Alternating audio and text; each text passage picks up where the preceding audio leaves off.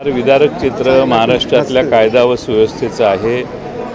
राजकारणाचं गुन्हेगारीकरण किंवा गुन्हेगारांनी राजकारण असं करायला सुरुवात केलेली आहे आणि ही महाराष्ट्रात फार धक्कादायक बाब आहे. ओळख परेड तर पोलिसांचा रेग्युलर भाग आहे, तो त्यांचा प्रश्न असेल.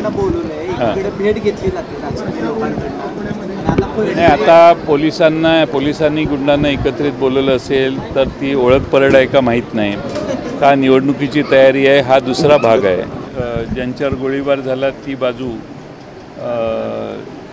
नाराजी व्यक्त करते. एकनाथ शिंदेंचे सगळे आमदार एकत्रित येऊन आता शेवटी त्यांना किती महत्त्व आहे सरकारमध्ये मला माहीत नाही, पण एकनाथ शिंदेंच्याच कार्यकर्त्यांच्यावर गोळीबार झाला. तो का झाला, कशासाठी झाला, आणि आमदारांनी त्यावेळी गोळीबार केल्यानंतर जे वक्तव्य केलं त्या वक्तव्यातून बऱ्याच गोष्टी पुढे आलेल्या आहेत. त्याचं काय, या सगळ्यांची चर्चा झाली पाहिजे. चौकशी आमदार म्हणून त्यांनी जे काही आरोप केले आहेत त्याच्याविषयी आता सरकारने काय करणार हे सरकार, हे आता आम्ही पाहतोय.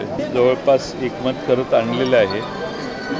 आमची महाविकास आघाडीची बैठक संपल्यानंतर आम्ही नावं जाहीर करू. आता आपण देवेश्वर मोहिते पाटील उमेदवारी मागतायत, त्यांनी ना दिल्यास राष्ट्रवादी त्यांच्यासाठी तयार आहे का?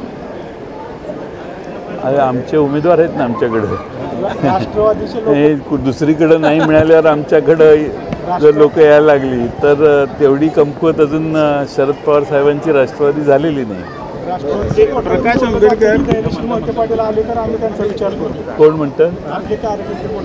हा, कार्यकर्ते बोलत असतील तर मला माहीत नाही, पण मी पक्षाचा अध्यक्ष आहे, मी नाही अजून बोललेलो. एबीपी माझा, उघडा डोळे बघा नीट.